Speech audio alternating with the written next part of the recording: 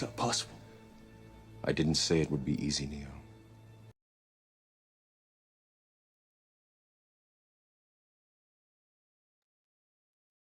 Committee on Parole is called back to order. The time is 1:11 p.m. Our next case is Mr. Sean Williams. Mr. Williams, would you please give us your full name and DOC number, please? Sean Williams, 409354. Mr. Williams, let me explain our process to you. First, I'm going to read some information into the record, and then we're going to conduct a parole interview with you. At the appropriate time, we'll let those persons who wish to have input speak. Today on Zoom, we have Miss Nija Gordon, who wishes to speak in opposition to your parole. After we have that hearing, you'll have an opportunity to say whatever it is you'd like to say to the board, and then we'll vote. You understand our process? Yes, sir. This is Mr. Sean Williams, DOC number 409354, date of birth February the 12th of 1979. He's classified as a first-time felony offender. He has a parole eligibility date of February the 12th of 2024, an adjusted good time date of November the 20th of 2032. He has a full term date of October the 21st of 2038. He is currently serving a 40-year sentence on the charge of manslaughter, having been sentenced on May the 4th of 1999. Mr. Williams, is that information accurate? Yes, sir. Your case has been assigned to Mr. Pete Freeman. He will begin our interview process. Would you please answer any questions he might have? Yes, sir. Okay, Mr. Williams, how long have you been in jail on this charge? I've been incarcerated for 25 years, sir. 25 plus years.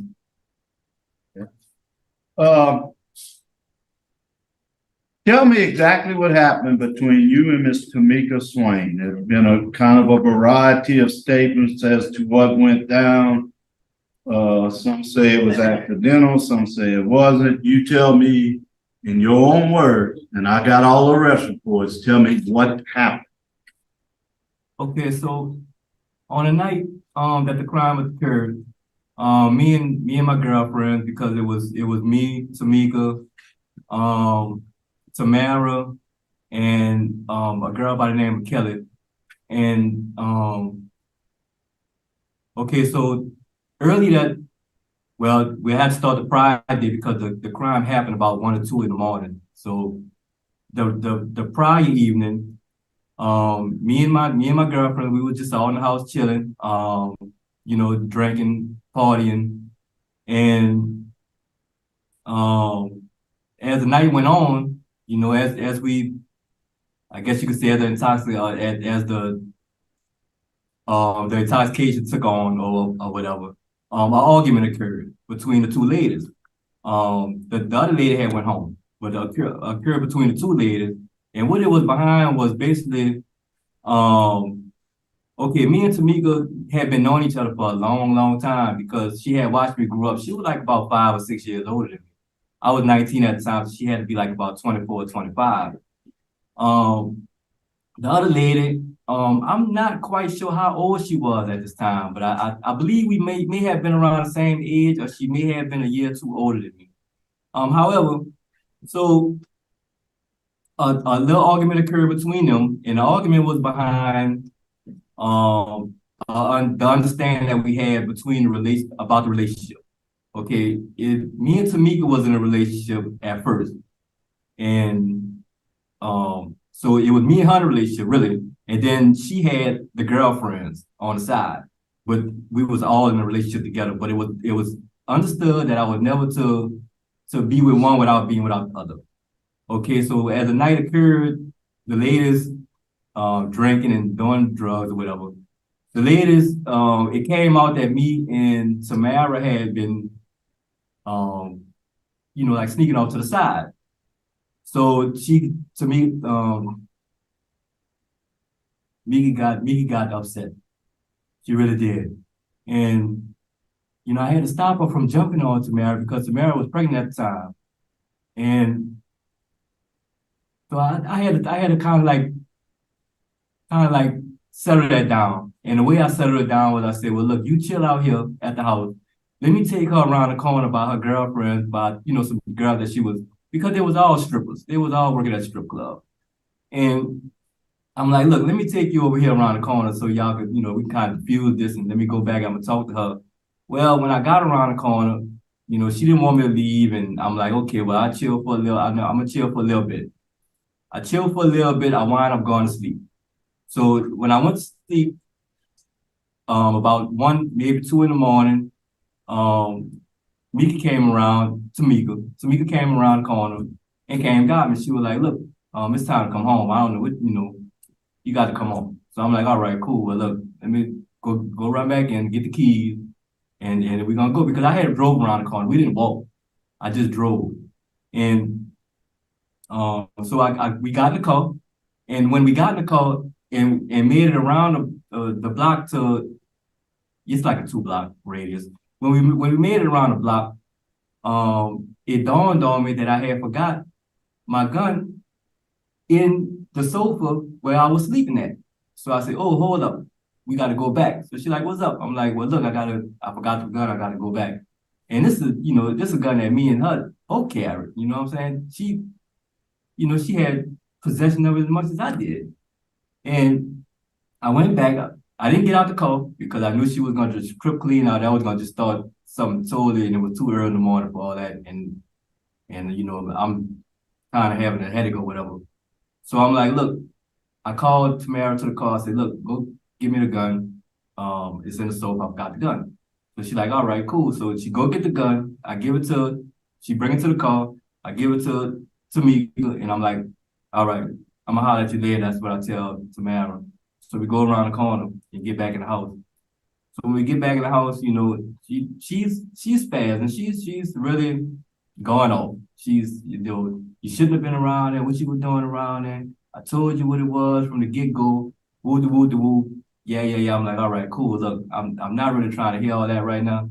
I just want to go to sleep, and let's talk about it, later on. As I was doing this, to cut her off, I goes to the radio because I'm trying to just shut up. Let me just turn the radio on, trying to cool down. I don't want to hear you arguing. I goes to the thing. Now, mind you, when we get out the car, because of the area that we live in a bad, it's a pretty bad area.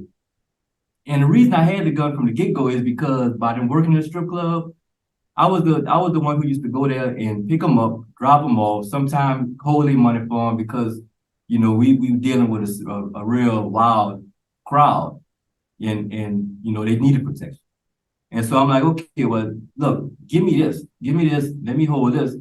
Meet me in the house, and so we get in the house, and I got the gun. I didn't put the gun in the back of my waist pants, because at the time that's where I'm carrying that.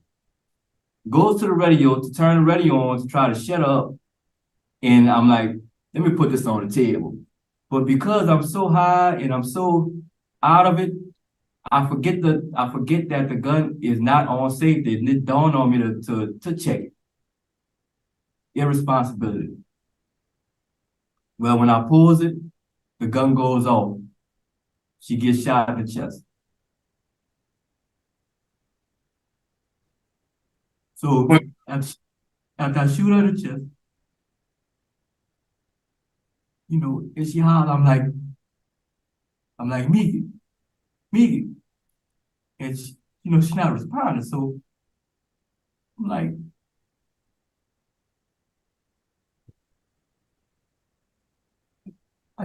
I go out the door, and I go try to get some help. Okay, I think I got that. What kind of gun was it? It's a 40 caliber. What kind? A Ruger.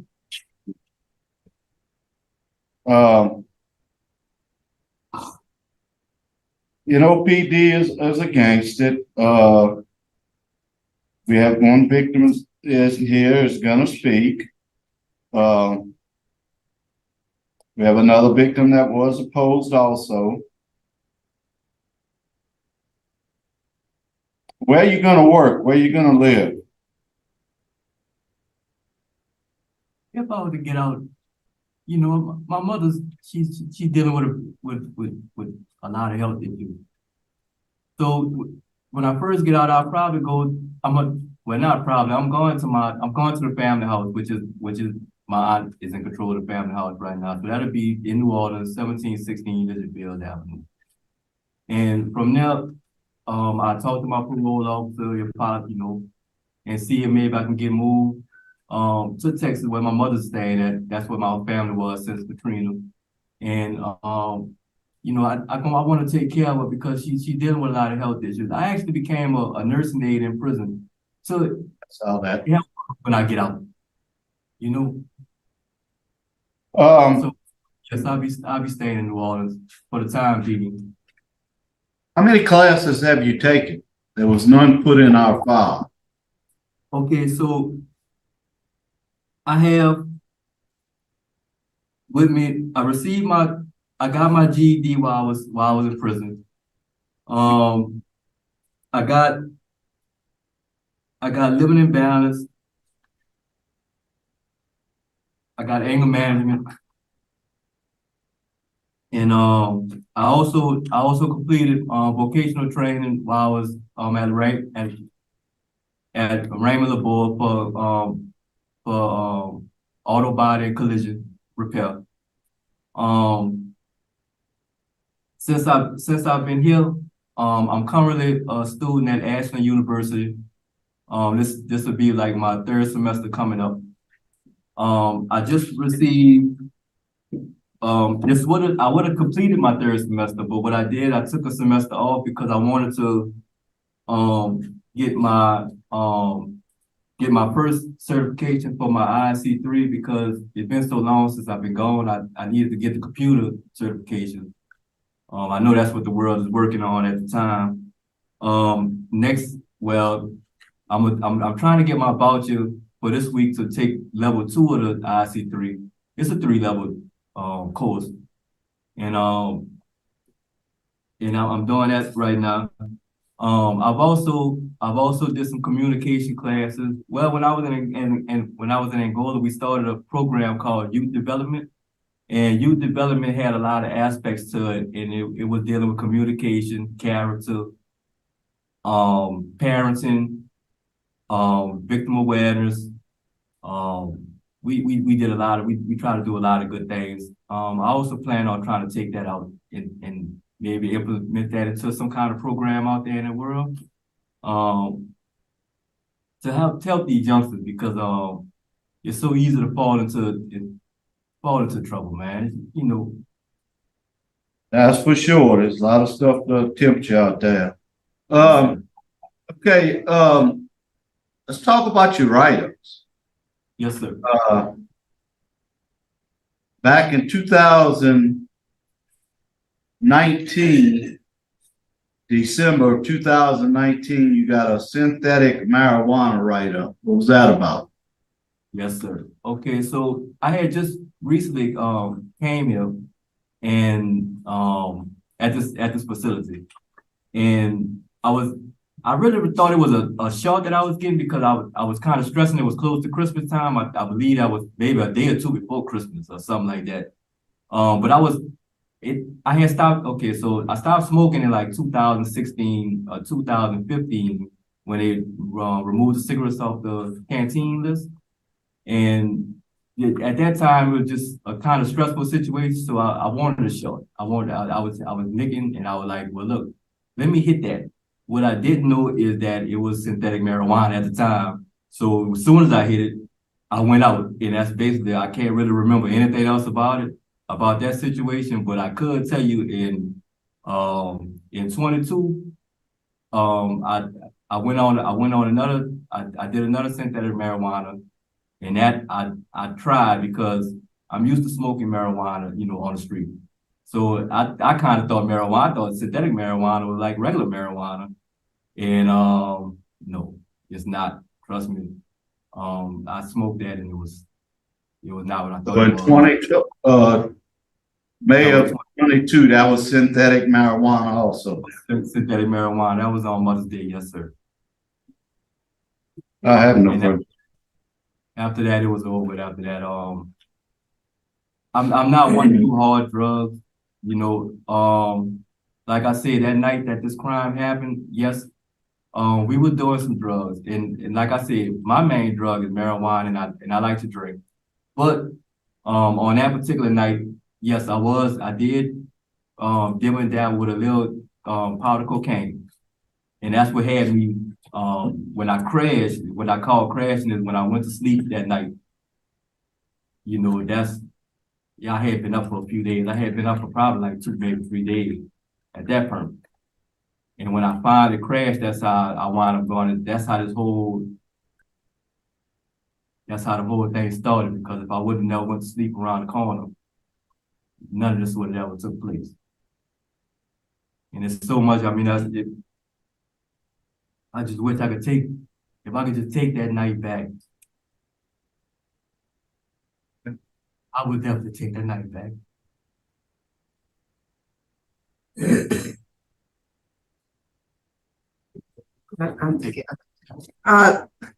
I saw in the records when the probation parole did a pre-sentence investigation on you. I didn't write down what year. You said you were selling and using cocaine at that time. Yes, ma'am. Yes, ma'am. Now I was selling cocaine at that time. That's how we were surviving. Like I said, I had In addition to them stripping, then you selling cocaine. Yes, but I was on the dibbling and dab. Like I said, when I say I was using, well, at that particular time, like I said, I was using for like about 2 or 3 days. But no, that's not my drug of choice. I can't handle hard drugs. I can't handle hard drugs at all. That's a fact. And there was some indication that your father was involved in this. Do you know about that?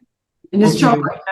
That was the help that when I told you that I had went to go get help, that was the help we got. And the reason he got involved is because they couldn't find a gun. Okay, so all right, what happened was when I went over to go get help, I had the gun in my hand because I was in shock. Okay. Somewhere during the process of me going from perm A to perm B to go get help, I dropped that gun.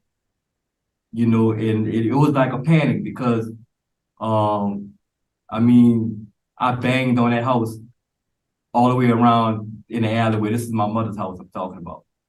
You know, trying to get help because I couldn't. So you didn't call 911. You didn't have a cell phone. Well, nothing like that. No, man, we talking like 1998.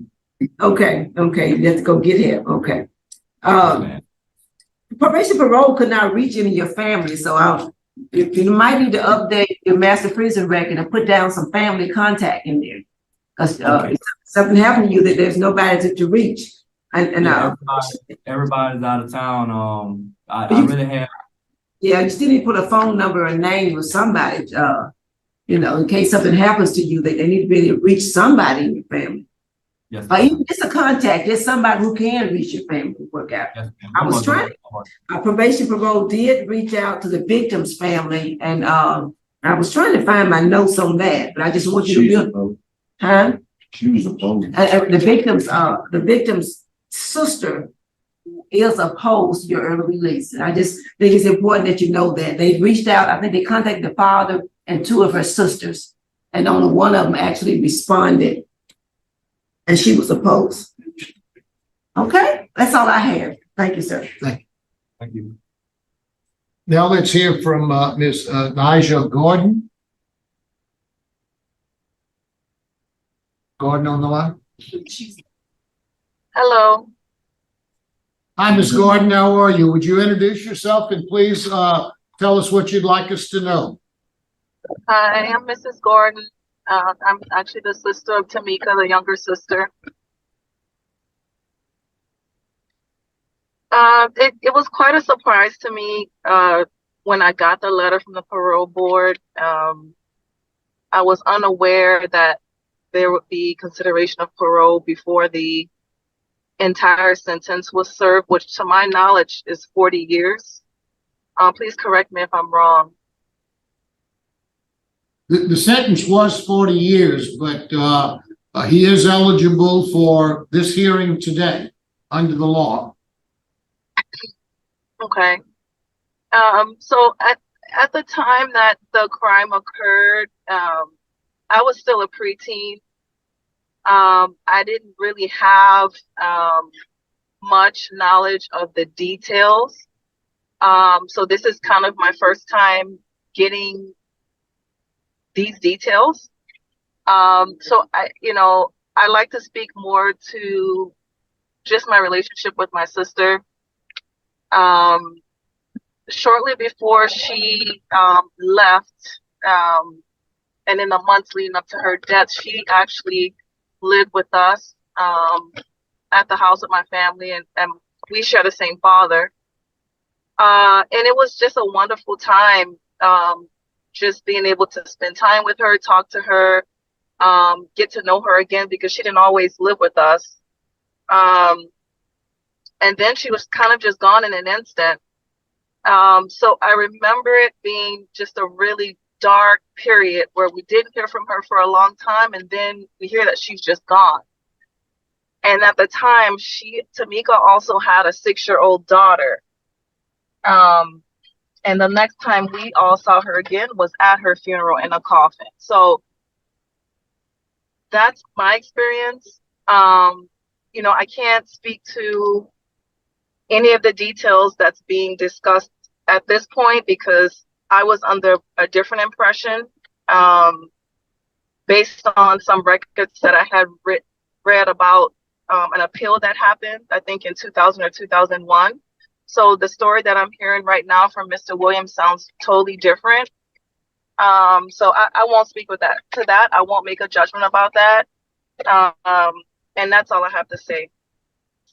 Thank you very much, Ms. Gordon. We appreciate your comments. Mr. Williams, is there anything you'd like to say to the board before we vote? Yes, sir. First off, Warren, make any comments? No, Warden. Warden, do you have any comments to make? Apologize for not asking you. No, sir, that's fine. No comment. Okay.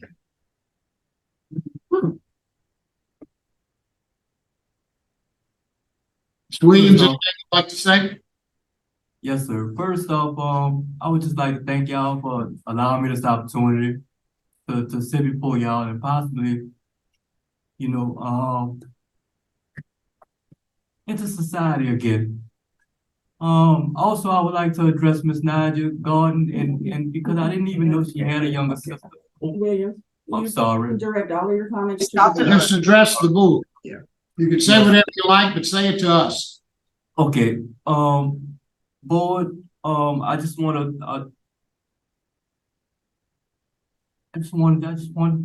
everybody to know that I'm sorry. This wasn't intentional. I would never intend. This is a lady that watched me grow as a kid. I mean, she stood in the next block from me. This is when we were growing up as kids. This is not somebody that I would have